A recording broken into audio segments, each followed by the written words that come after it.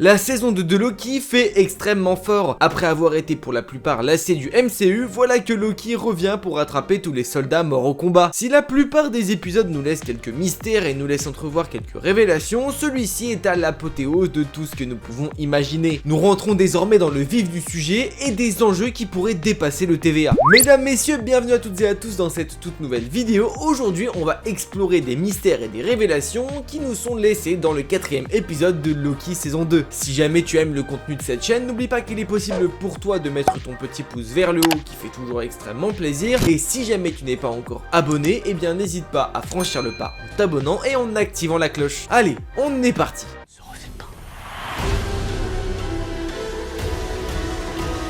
Ce 4e épisode nous offre très certainement le plus gros cliffhanger de l'histoire des séries du MCU. Nous n'avons pas eu autant de suspense dans le MCU depuis Avengers Infinity War. La fin nous laisse en suspens et nous donne qu'une envie, voir la suite. Dans l'épisode 3, Loki et Mobius vont à la recherche du variant de celui qui demeure. Ils ont besoin de lui pour accéder à la salle du métier à tisser, pour y incorporer une petite mise à jour et tenter de ramifier sans détruire toutes ses branches. Victor Timely est trouvé et suit Loki et son acolyte au sein du TVA pour tenter de les aider et de sauver le temps. Bon, on se rend compte à la fin de l'épisode que leur mission n'a pas vraiment été menée à bien et que tout ne se passera pas comme prévu. Mais déjà, nous avons besoin de comprendre pourquoi tout ça a dégénéré. Si nous en sommes là aujourd'hui, c'est essentiellement la faute de Sylvie. Sylvie a tué celui qui demeure et depuis la mort de cette personne, l'éternel flux temporel n'a fait que se diviser et se répandre. Celui qui demeure était le gardien de l'éternel flux temporel et sa présence ainsi que ses actions étaient les principales raisons du bien-être de la chronologie. L'éternel flux temporel est quelque chose d'instable et qui demande une perpétuelle surveillance. Les différentes branches peuvent se créer toutes seules et de manière excessivement rapide et simple, comme on a pu le voir avec la branche créée par Loki dans Avengers Endgame. Une simple action qui n'aurait pas dû être là crée une nouvelle temporalité et c'est ce qu'on appelle une branche. Plus de gardiens égale plus de protection. Et c'est pour ça que les branches ne cessent de se créer. Le problème, c'est qu'il n'était pas prévu que le cœur du métier à tisser, celui qui traite toutes ces branches pour les ramifier et instaurer une paix dans le multivers, soit autant surchargé. Lors de sa construction, celui qui demeure n'avait pas prévu en aucun cas de mourir, et donc par définition que ce métier à tisser soit autant surmené. Loki, Ouroboros, Kazé et Mobius ont réfléchi à une idée qui pourrait peut-être marcher et les aider à stabiliser le flux. Pour cela, ils avaient besoin d'un variant de celui qui demeure. Tous construisent un objet qui permettrait au cœur du métier à tisser d'encaisser beaucoup plus de branches. L'objet est construit et très certainement fonctionnel. Victor se dévoue pour y aller, problème, ça ne se passe pas comme prévu. Victor est désintégré et il est trop tard, l'éternel flux temporel explose. Mais alors, qu'est-ce que cela signifie? Pour le moment, c'est assez complexe de trouver une réelle signification à tout ce qui se passe. De prime abord, ce qu'il faut comprendre, c'est que la chronologie entière a complètement explosé et que nos personnages ainsi que le TVA sont complètement détruits. Je ne pense pas que cette explosion ait créé le néant, autrement ça voudrait dire que plus rien n'existe et que tout est fini. Selon moi, ce qu'il faut comprendre avec l'explosion du métier à tisser, c'est qu'il n'existe plus une seule temporalité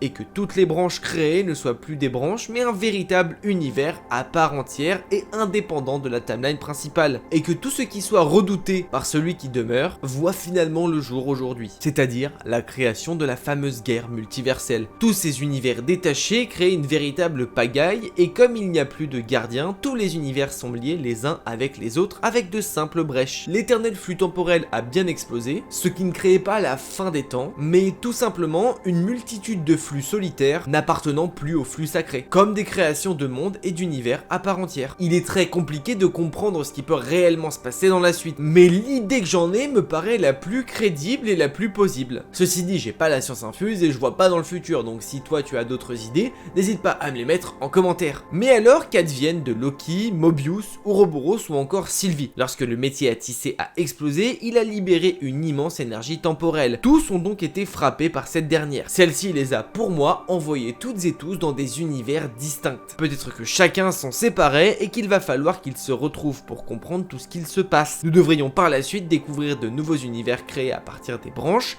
faire peut-être même la connaissance d'un nouveau Kang. Finalement, le prochain épisode, un peu à la manière de la première saison, devrait nous avoir envoyé Loki dans un nouveau monde. Cette fois-ci un monde réel et qui fait bien partie du multivers et qui n'est pas hors du temps. Peut-être que chacun vont être envoyés dans des univers où ils figuraient avant d'être enlevés. Un Mobius avec ses jet skis, un Loki sur Asgard ou Sylvie de retour au McDo. Pour synthétiser un petit peu tout ça, l'explosion de l'éternel flux temporel a créé tout plein et toutes sortes d'univers, connectés les uns entre les autres. Et concernant les personnages, l'explosion du métier à tisser devrait nous les avoir envoyés tous dans des univers où ils vivront leur propre vie. On peut même penser, au vu de ce qu'on a vu par le passé, que leur mémoire devrait être plus ou moins affectée. Ils devraient avoir peut-être une perte de mémoire partielle, ou en tout cas pour les humains lambda, ce qui ne devrait pas être le cas pour Sylvie ou Loki, qui eux ont tout de même des facultés bien différentes d'un humain lambda. Ce qui est sûr, c'est que le prochain épisode promet d'être très intéressant. Bon, et concernant Victor Timely, c'est pour moi la même chose. Il n'est pas mort, juste envoyé quelque part pour vivre une nouvelle vie. Et c'est ce qui pourrait amener d'ailleurs un nouveau variant de Kang le Conquérant. Peut-être que Victor a été envoyé au beau milieu d'un rassemblement des Kang. Peut-être le rassemblement que nous voyons à la fin en scène post-générique d'Ant-Man and the Wasp Quantumania. Bon, le dernier mystère à comprendre ici, c'est le cas Ravonna et Miss Minute. On l'a vu, Miss Minute a été désactivée par Ouroboros. Cette dernière n'est donc plus fonctionnelle et ne devrait plus vraiment l'être, puisqu'en plus d'être désactivée, elle a aussi été réinitialisée. Bon, on se doute bien que Marvel va trouver une entourloupe pour contourner ce processus et faire redevenir Miss Minute la personne qu'elle était avant la réinitialisation. Concernant Ravonna, celle-ci a été désintégrée. On l'a vu à la première saison de Loki, mais désintégrée par un bâton du TVA ne signifie en aucun cas mourir. Celle-ci a été envoyée dans le monde du vide, là où est placée la citadelle de fin des temps. Celle-ci va peut-être trouver des réponses pour redémarrer Miss Minute ou encore pour sauver le TVA, ou en tout cas le sauver à sa manière. Une autre révélation plutôt importante nous a été faite dans l'épisode, celle-ci concerne les pouvoirs. Dans la première saison, il nous a été montré que les pouvoirs magiques de Loki ou de tout autre artefact ne pouvaient pas fonctionner au sein même du TVA. Nous avions eu même droit à une scène mythique nous montrant des pierres d'infinité complètement désactivées dans un tiroir. Et là, comme par hasard, on voit Sylvie user de ses pouvoirs sur X5. Bon, déjà non, ce n'est pas une erreur de scénario, il y a bien une explication derrière tout ça. Ouroboros nous révèle qu'il a la possibilité de redémarrer le système de sécurité et de désactiver les sortes de brouilleurs de pouvoir. Une fois désactivé, tout devient comme le monde réel. C'est pourquoi Sylvie et Loki peuvent user de leurs pouvoirs. Soit dit en passant, cela veut dire que les pierres d'infinité au sein du TVA présentes dans le tiroir sont désormais utilisables.